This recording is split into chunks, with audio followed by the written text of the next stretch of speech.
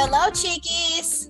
And welcome to Chatty Amigas, a podcast where two friends approach everyday problems and find practical solutions. We are your hosts. I'm Mafe. And I'm Ella. Guys, money is tight.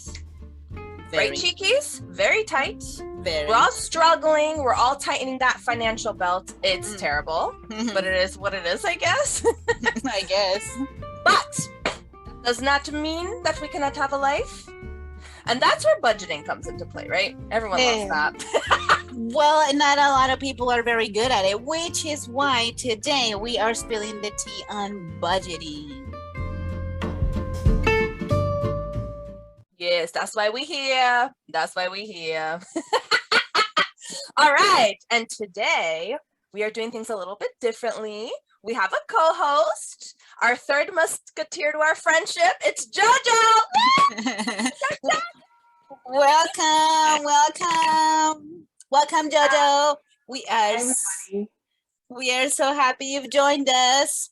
Please tell us a little bit about yourself. Yes. Hi, everybody. My name's Jojo. Well, it's Giovanna, but all my close friends call me Jojo. I live in the northern part of New Mexico. I have 3 dogs. I am obsessed with plants. That's my hobby. And a fun fact about me is that my husband's best friend is actually Melanie's husband. So yay! Childhood friends. Woo! Can you tell how we met? And another little detail is that I've been friends with these girls for about 10 years or even more. I've already lost count. But anyways, I've been in Melanie's wedding. Mafe has also, and they both been in my wedding. Yes. My maid of honor. So they're extra special to me. I'm the introverted one in our friendship. I am very, very quiet, and they're super extroverted. So that kind of levels us out. We're not all crazy. That's true. It's true. It really does balance it out. That is true. That's very nice. And thank you for sharing. Thank you for sharing about your plants. I think all of us are a little obsessed with plants, especially like succulents now, right?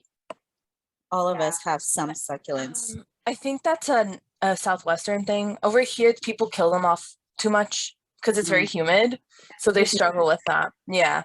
I think it's also a millennial thing. I think younger generations can get into it, but I know there's definitely a millennial thing, the plants. I don't know why. They've done studies on it. You're also a millennial. What are you talking about? I am a millennial. I have plants. I have succulents by my window. Oh, okay. I thought you were saying that you didn't. I'm like, I do. I was talking to my sister the other day. Remember Michelle? And she was like, to the Chiquis, you guys obviously know who Michelle is. And she looked at me straight up in my face and goes, "You're a very typical millennial." I'm like, that is she. So true. I know, she totally is. She agreed. She said that. I'm like, so is she. She's but so me thinking I'm original here. I'm like, nope. I have my succulent plants. I'm a content creator with the podcast. That's so millennial. Millennial. Actually, that's very true. But anyways, so no boomers. No boomers. That's in their 60s plus. No, our parents are boomers. My no, mom not is really. My mom is. Your guys' moms. No, our parents are Gen X. Mine aren't. My parents are boomers. No, that's what I mean. Like, like Jojo's and I. Sorry. Yeah, they're Gen X. But we just love plants. It's our little getaway from these times. It's nice. Yeah. And you know what's good about them? They're budget friendly. Exactly. Yeah. They just need water and air. They give you the what and air?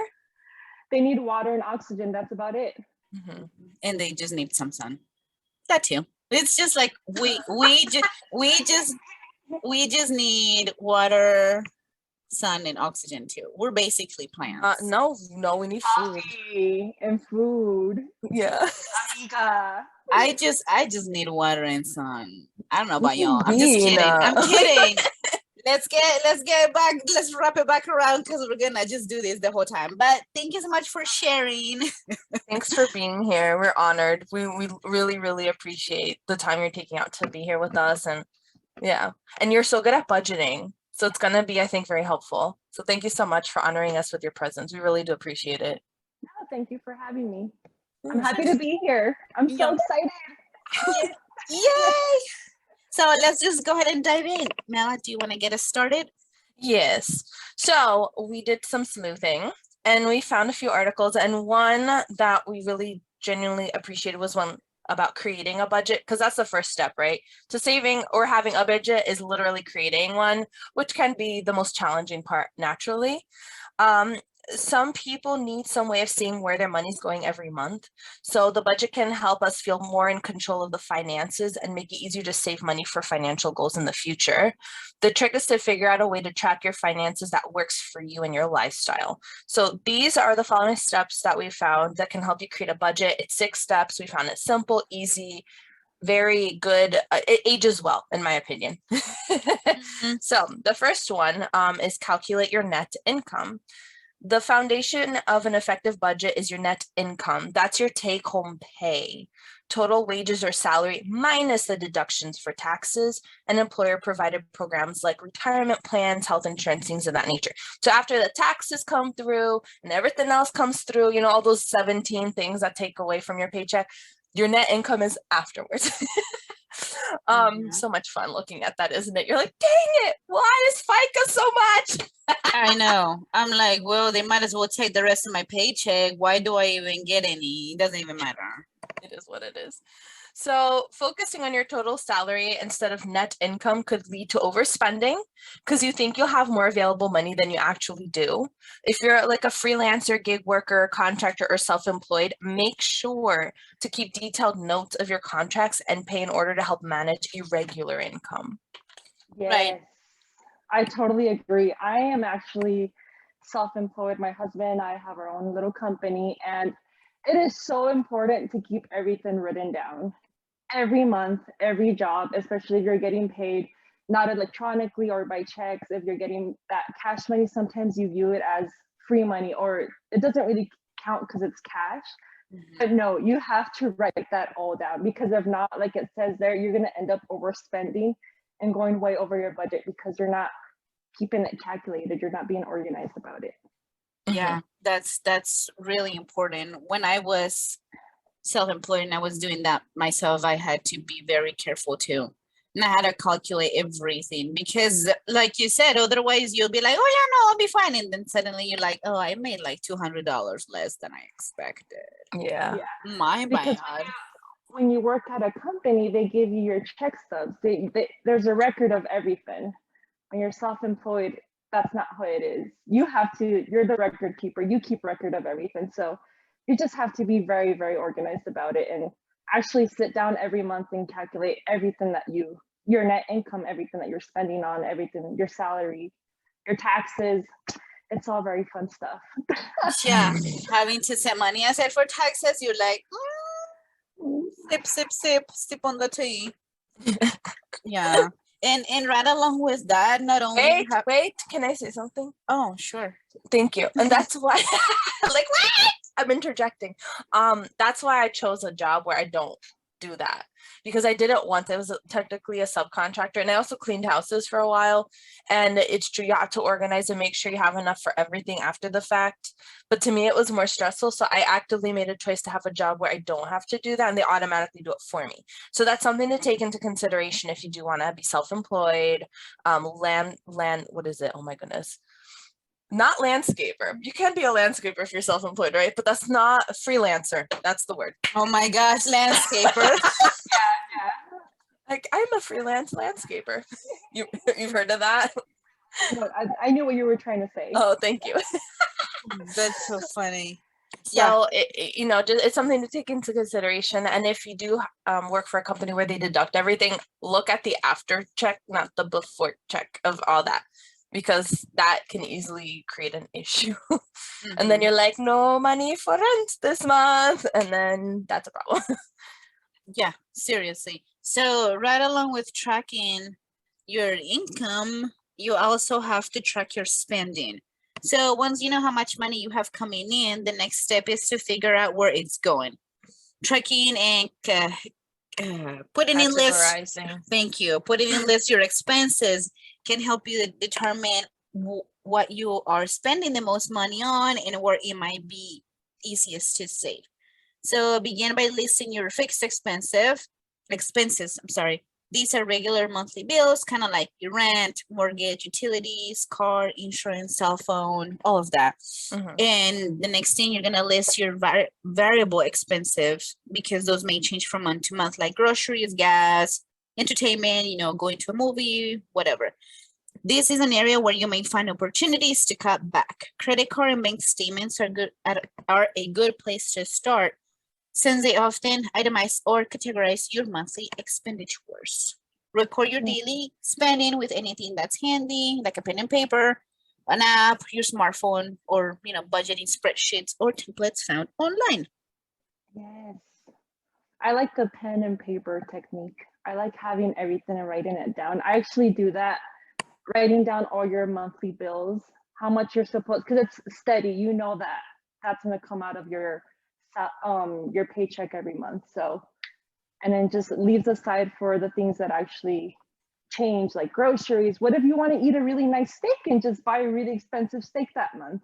So that's going to change because, yeah. So I really like this idea because it's something I actually do. And even budgeting for your groceries, things like that. Or do you really need an iced coffee every morning? Something I ask myself. I'm like, this sounds like a personal battle. There have been times where I went to the supermarket and be like, I can't have bacon this week. And they just don't buy bacon. Yeah. Or you just substitute it with something else that's still going to make you happy. What if you just buy sausage? It's a little bit cheaper, but kind of falls in the same category. But you can't. It's hard with bacon because it's bacon. It's bacon, but you know what? It's fine. Or sometimes instead of buying name brand things, you buy the generic brand, and then you might have enough for bacon after the store brand.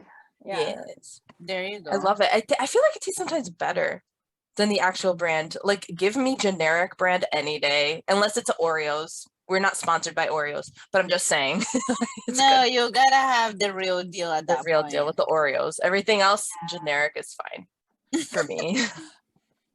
Yeah. But what I do? I like the fixed payments that come through. So I get my calculator and I add in exactly how much I'm gonna make that month.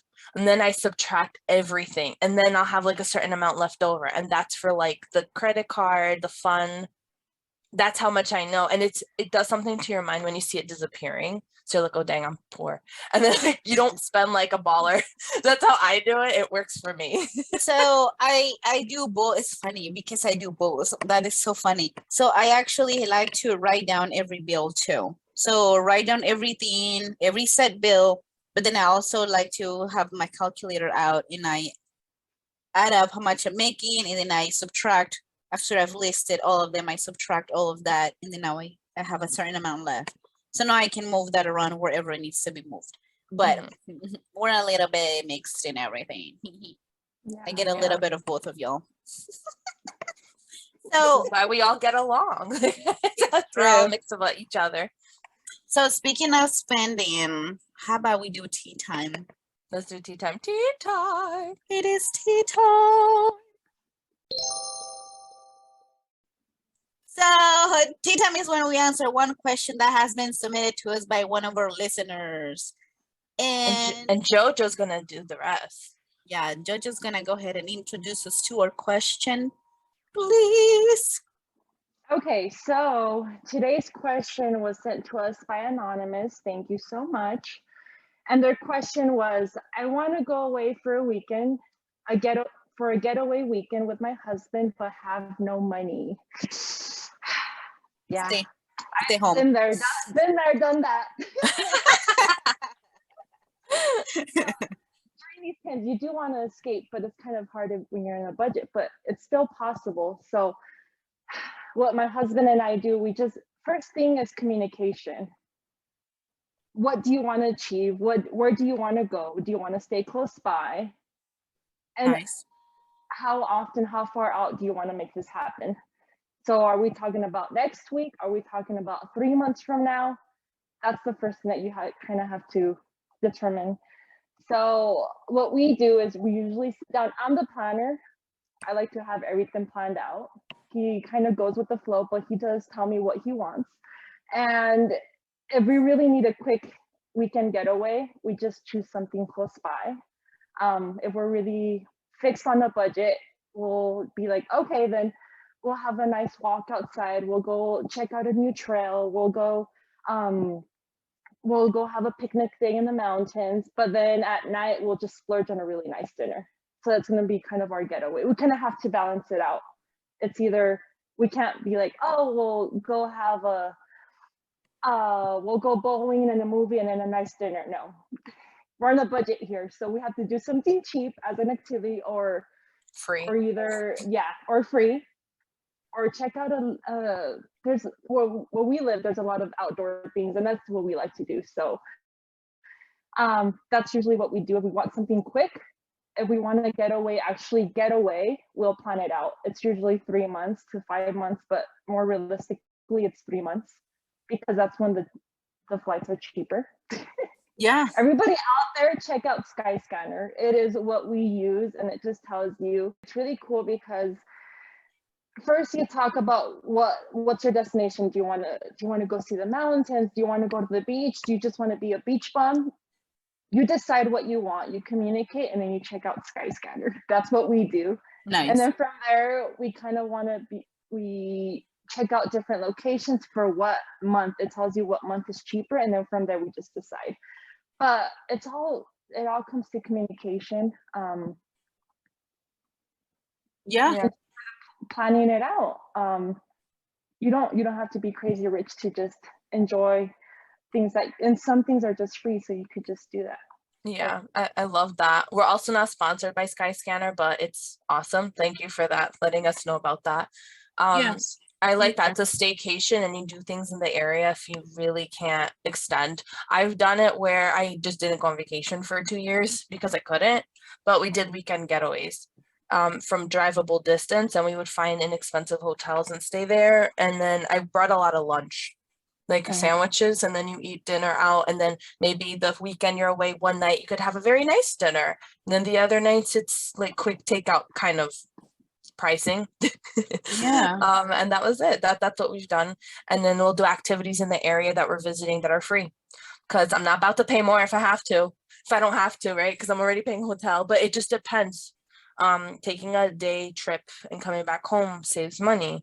There's always something new to explore, I believe. So very nice. I completely agree. And then just mix it up a little bit. If it's something, for example, that you're always eating at home, even just going away and be like, we're going to try this new restaurant. It's a new type of food that we haven't eaten before. It kind of feels like a getaway because it's so out of your zone. Mm-hmm. Yeah. So just even trying out a new restaurant, trying Thai food, Vietnamese, or something that you haven't eaten before, it really takes you away. Yeah. Nice. That's very nice. So very good. Love that. Thank you. Yeah. Thank you for answering that tea time. That was really lovely. So right along with her thoughts and, little tips that she uses, Mela found a article that has 15 cheap vacation ideas for the whole family. Yeah. So the first one is to tour your own city, like we've just mentioned. Jojo said, yeah. Second one is to go camping. It's free usually, unless you're in my area where you have to pay for a camping spot, but whatever, let's not even get into that. Yeah, let's go to a less popular beach. Because it'll be cheaper, hopefully, unless you're from my area, which again, you have to pay for the beach, but it is another comment for another day. Girl, you don't even know, it's a park. I found a free beach where the locals go, so I don't pay for that, but good. That's a story for another day, unless you're like in Wildwood or Cape May. That's free, but it's a 2-hour drive plus tolls. Yeah, it's a whole thing. But then, so then number 4, book travel packages using warehouse stores. So it's like Costco, stuff like that. They have good deals that you can get cheaper. Mm-hmm. I've seen the pricing. It's nice. Yeah. Another option is to stay with friends or family if you're going somewhere. If you have people around other places, then maybe you can go stay with them. Yeah. And this is all where communication steps in, because if you're escaping from that, you don't want to stay there. So communicate with your spouse. Like, what do you want to do? Do you just want to be alone this whole weekend? There you go. Just kind of, you just want to be alone. So just book a little cheap Airbnb and you'll be fine. Yeah. There you go. Love And that. a good way to do that is to travel off season, which I love doing. So do that. Everything's significantly cheaper. When did we talk Wait, about? wait. Jojo, what were you saying? Sorry, everything's cheaper and there's less people, you know. Oh, You'll 1,000,000%. safe. There's less people. Everybody's not just all crowded together in the streets, which is amazing. I'm all about that.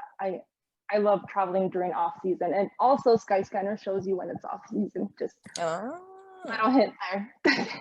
What were you saying, Mafi? I was just gonna mention there was another podcast where you talked about doing something off season, and I was just gonna ask if you remember what it was. I don't Traveling remember. on a budget. Traveling on a budget. There you go. Yeah. There you go. So listen to that one. Everything's cheaper. Yeah, and nicer because the people that are in the hospitality business aren't as stressed. There you go. So the next one is to go away on a weekend trip, just something nearby. Mhm. I love Take- that one. I Yeah. love it.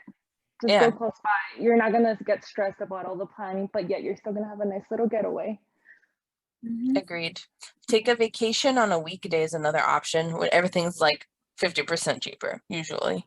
Yeah. If it's possible, if you could do it, you need to plan it out, because if you need to get time off, maybe if you're on a budget, it's not the greatest thing to get days off during the Mhm. week. But if you can make it happen, then good for you. If you have vacation days or if you have sick days and you can use a couple Yeah, of those. Not sick days. You can't call it sick. That's dishonest. You can't do that. No, you're not calling sick. No, I'm not being dishonest. There is some places that will let you take a mental health day as a sick day. Exactly. Yeah. So you can take a sick day. You can just tell them, listen, I am taking a sick day.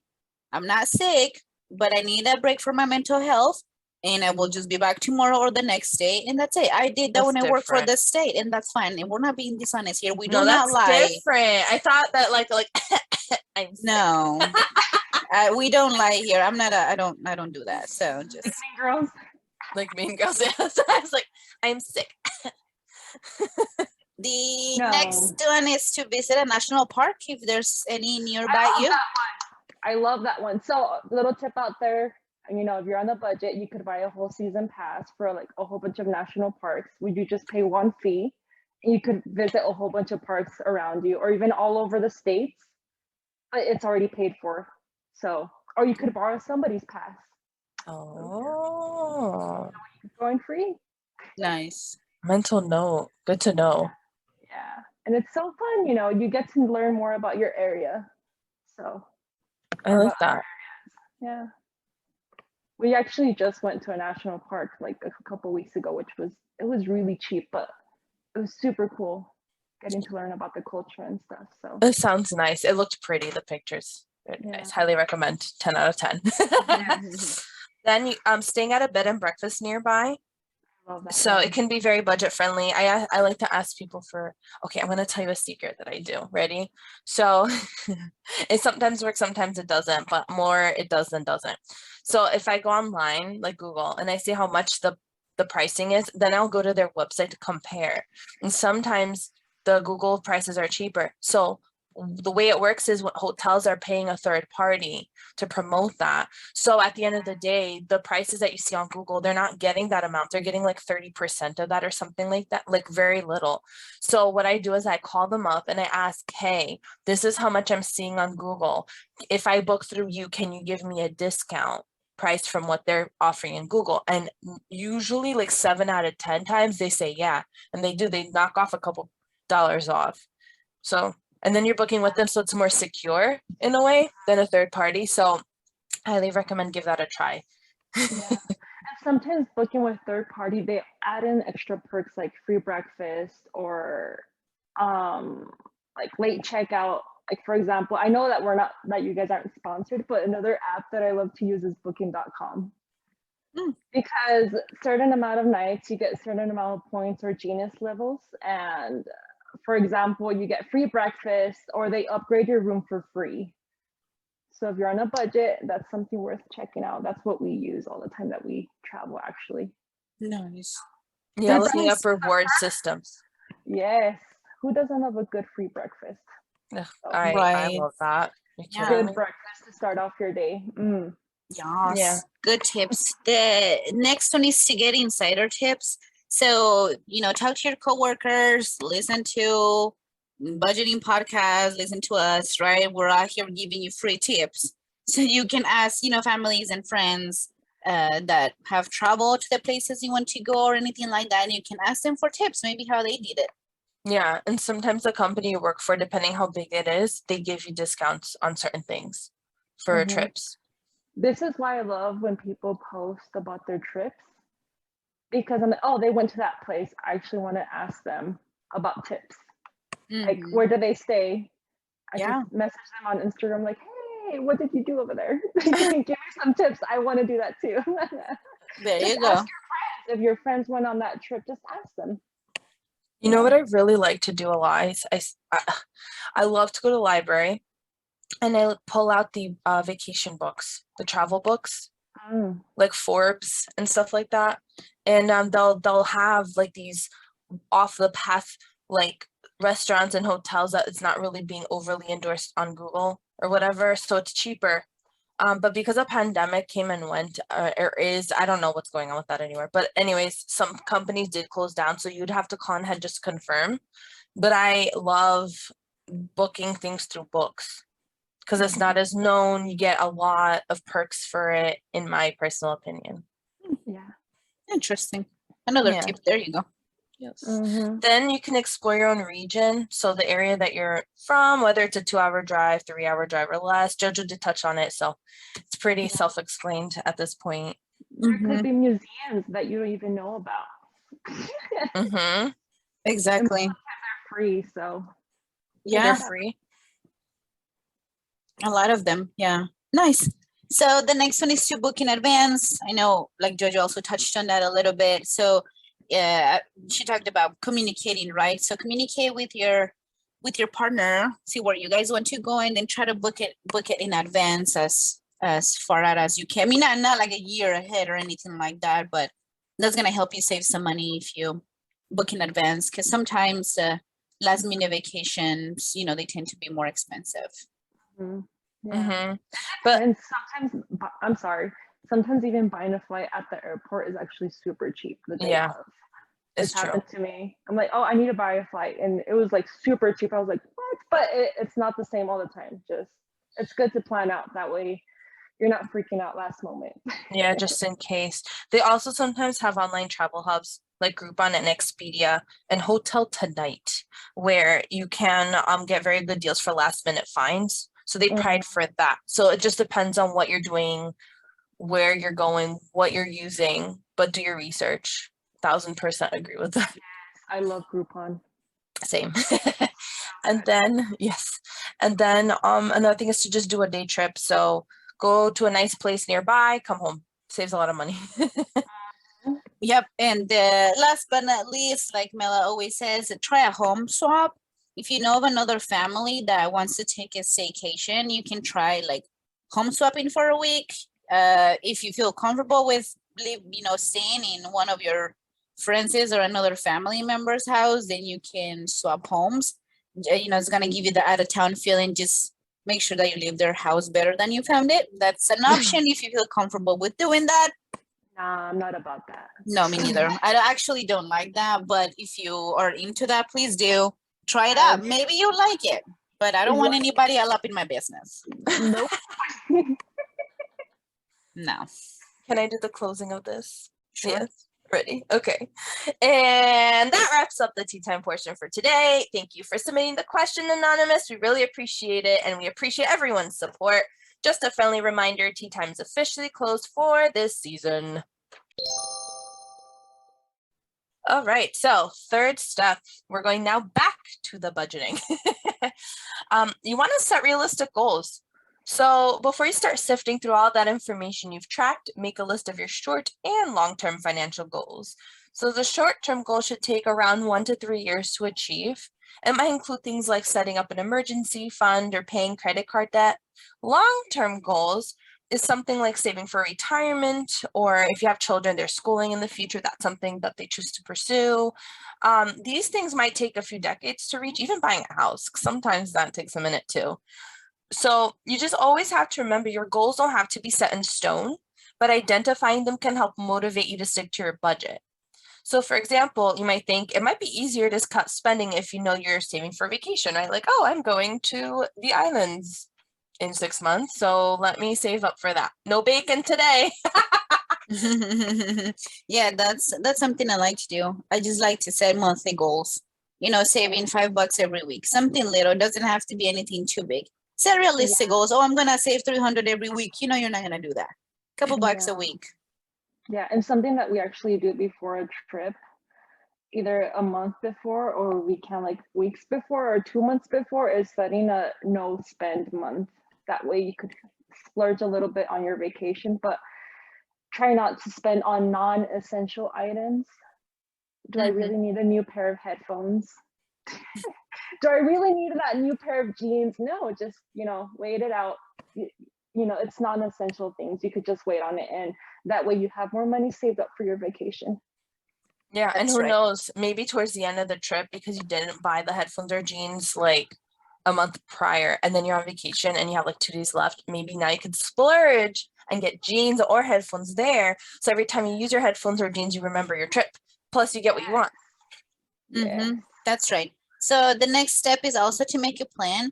This is where everything comes together, what you're actually spending versus what you actually want to spend.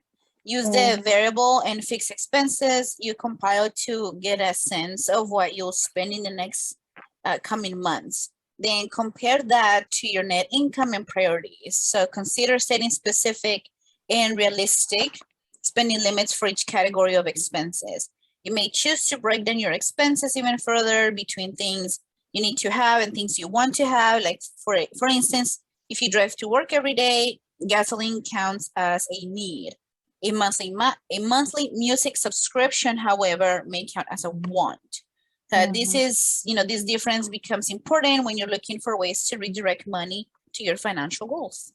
Yeah. It's simplified. If you simplify, it's gonna take you a long way. When I was really having a hard time when I first got married financially, I would just call like every year or so the cable company, internet company, whatever, the cell phone company, be like, what's the cheapest rate you have? I would do all this research, and then if it was cheaper and better, like worth the money, then I would go to that plan or whatever. So simplifying, I also didn't have I didn't have Hulu at that time, but I had Netflix because sometimes regular TV isn't that good.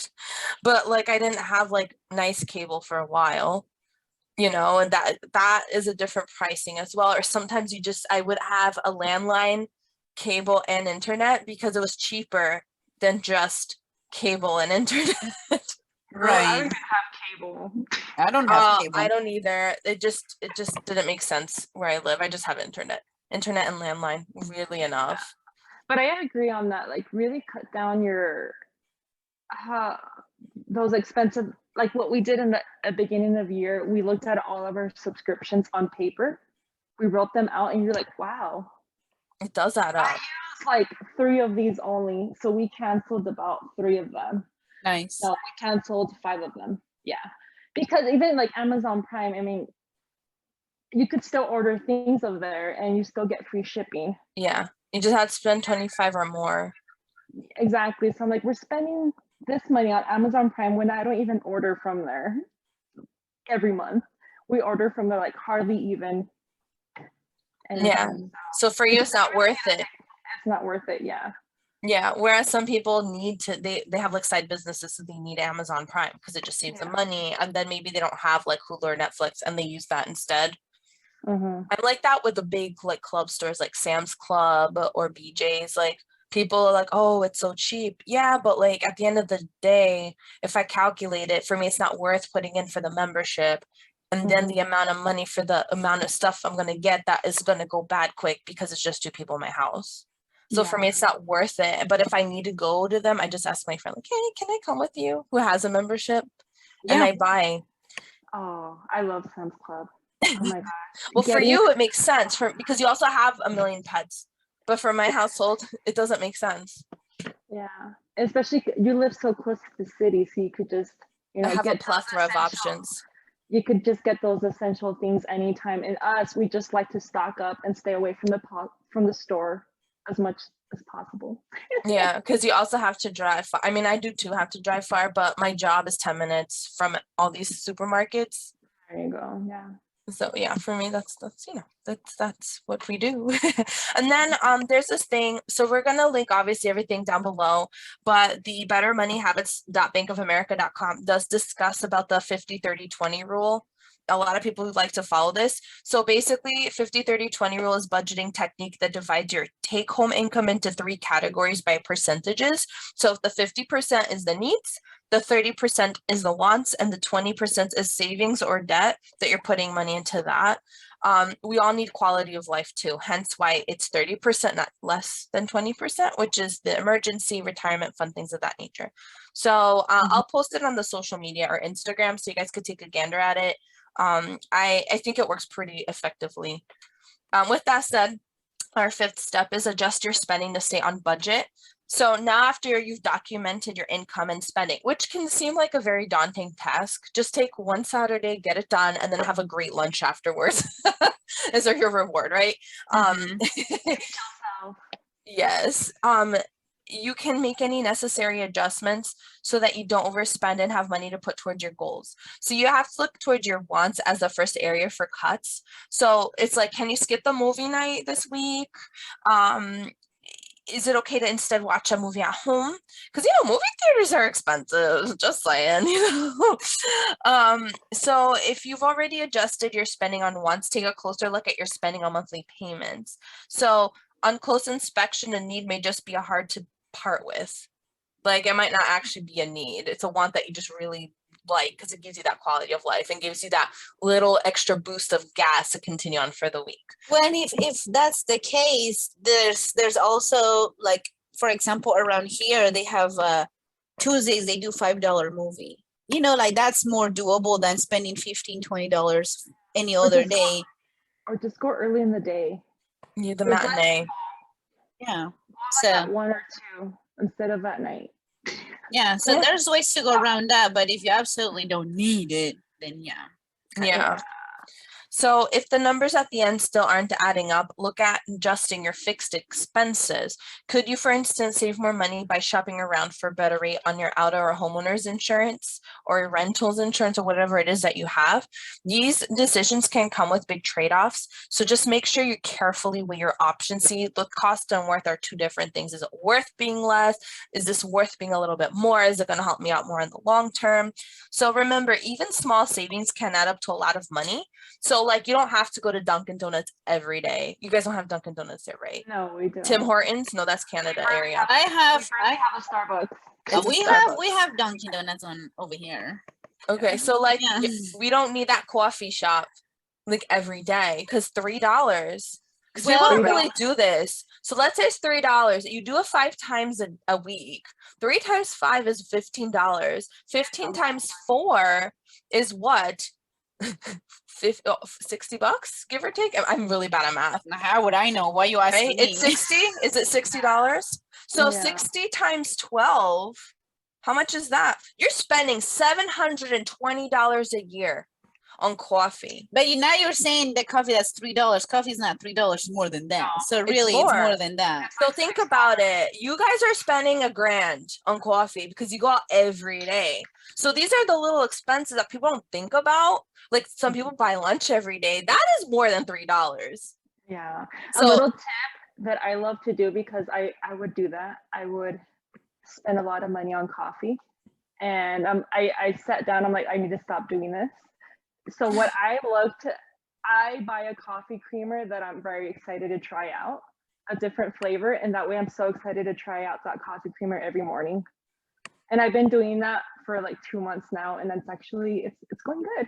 Yeah. Good. That's a great way to try out something that you're excited for. It's something new to try out. Just keep switching it up. That way you're like, oh, my coffee tastes so good, or it's different. I'm going to try this hazelnut flavor or this vanilla cream. And that way you're excited to try your coffee at home. It's just, And if you're that picky that you love that coffee from the one store like Starbucks or Dunkin' or whatever, they sell those fancy coffee makers. If you want to, that's a smart expense right there. If you just buy that fancy coffee maker for you, just make your own coffee at home. now you're saving a lot of money too, and it's a good expense for the long run. Yeah. So just things to ponder about, meditate, marinate in that, take it from there. And then you have to actually do it. You can't just say, oh, I want to save the $700 plus a month, like a year. No, like you actually now have to do it. Yeah. It's hard, can be hard, but it's very much possible. Yes, it is. And the last step on this article is to review your budget regularly. So once your budget is set, it's important to review it and your spending on a regular basis to be sure you are staying on track. Few elements of your budget are set in stone. You may get a raise, your expenses may change, or you may reach a goal and want to plan for a new one. Whatever the reason, get into the habit of regularly checking in with your budget, following the steps above. I do that. For all the reasons I stopped budgeting for the last couple of months, but I'm ready to get back on track. But that's something I do. It's just a monthly review, but I check in all my expenses every day. But then I just reevaluate my budget every month and kind of reset everything with different goals. I like that. You have to, let's be realistic. Everything's going up in price. Your budget is not the same to what it was last year. You have to, like you say, reevaluate. And if you have to do that every month, you have to do that every month. So it is what it is. Yeah, I agree 100%. And things just change too much. So you can't just be like, would you want to get a car that's from 10 years ago and follow every single thing from 10 years ago? Probably not, because cars aren't the same as they were 10 years ago. So you have to update how things go. I don't know if that's a good analogy, but it's the only one I got right now. Yeah, I mean, at the end of the day, everybody's income and spending habits are a little bit different, and what you consider a want or a need are different from everybody, which is why all of our budgets are a little bit different. But as long as you sit down to, review all your income and review everything that you have, and you write it out, and you can figure out what's actually important to you, and that's going to help you save some money in the future. Yes, I agree. It takes time, but it's so worth it. Very worth it. If not, your life will be a mess. And you'll be stressed out more than necessary too. So exactly. Yeah.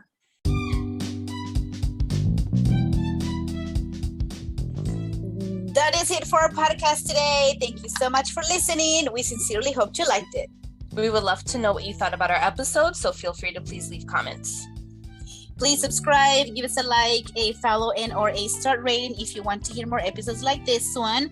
Please follow us on every social media platforms at Chari Amigas. And we want to say thank you to Jojo as well for joining us today. Yes, it was such an honor. Thank you so much again for taking out the time and embracing us with the wisdom that you've put into your life out there.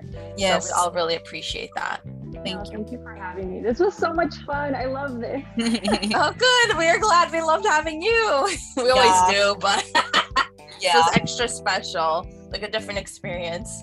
For sure. No, this was fun. Thank you. It was fun. Thank you so much for listening, Chiquis. We will be back every Tuesday with the tea. Jojo, we're going to count to 3. Afterwards, say bye with us. 1, 2, 3. Bye.